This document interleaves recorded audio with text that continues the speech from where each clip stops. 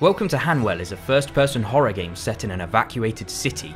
Your goal is to explore and collect 6 pieces of an ID card, which have been scattered across 6 locations, from the hospital, to the jail, to the church. But as well as these locations, there's also a whole map to explore, with streets filled with mist. Everything's been deserted at the last second, and is haunted by strange anomalies. Each building comes with its own dark story told visually, with you having to put the pieces together yourself from what you see. And slowly, you come to the horrible realization of what happened here. The school in particular having a dark tale to tell, but I'll save that for you to find out for yourself. So let's take a look at Welcome to Hanwell. The atmosphere can be genuinely terrifying. The fact that it can turn from normal to a nightmare in a matter of seconds always leaves you with this uncomfortable feeling. Your radio starts to crackle with the sound coming through your controller when something bad is near. There are plenty of jump scares to catch you out, but they're used appropriately and not overdone. I hate it when a movie or a game relies on its jump scares to frighten you.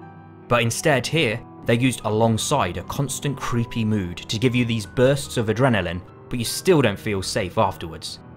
There were times when I was genuinely reluctant to go somewhere, knowing that something bad was probably waiting for me. You're never sure what's going to be thrown at you next, and the music fits in perfectly. It almost sounds like a more classic horror soundtrack, swelling at just the right times as the dread gets more and more intense. Oh god, here we go. I just dropped my axe. Oh, that was stupid. The combat can feel a bit button mashy, but it gets the job done. Each of your kills ends in a slow motion hit, which is a nice touch that makes it feel a bit more dramatic.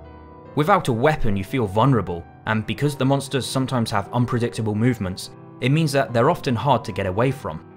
There's also a day-night cycle plus some weather effects, making the city feel more alive and somewhere that you do not want to be. If you're hearing this, I'm probably dead. I do unfortunately have some issues with the game. For one, the torch has a mechanic where it can run out of battery if you use it too much.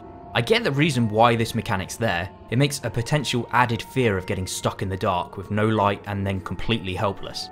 But all I found that it did was my batteries would run out, and so I'd be stuck waiting for them to recharge, which takes an annoyingly long time.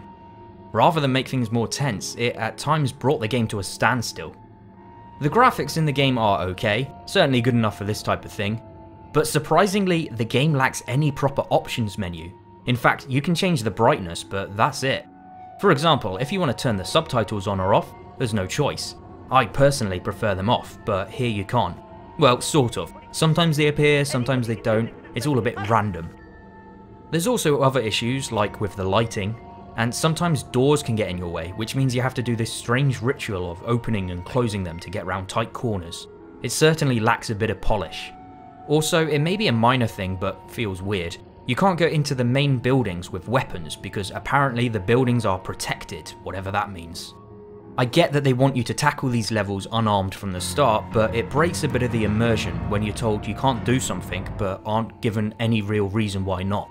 I would have just had a metal detector or something at the front of each building and you're told that you can't go through with a weapon or else you'll set the alarms off or something like that.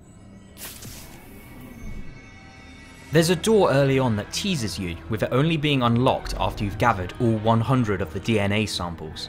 And from that point on, there are collectibles everywhere, and I mean everywhere, sometimes 2 right next to each other. So on completing the main game, there's still tons of other buildings to explore to try and find all of them. But then each of these buildings also has its own little story attached. It could simply be something like ghostly messages on the walls, or a trail of bloody footsteps leading to a locked door. It's enough to make exploring entertaining. It makes a city that's full of surprises. And the collectibles all glow, making them harder to miss, even in the dark and gloomy corners. This is a game that throws you into a world right at the deep end. Who are you playing as? What's going on? None of this is explained at the start, but it slowly builds from there, teasing you with answers as you piece together the events of Hanwell. This trickle of information draws you in, leaving you wanting more, and is a great setup for some great horror moments. As always, thanks for watching.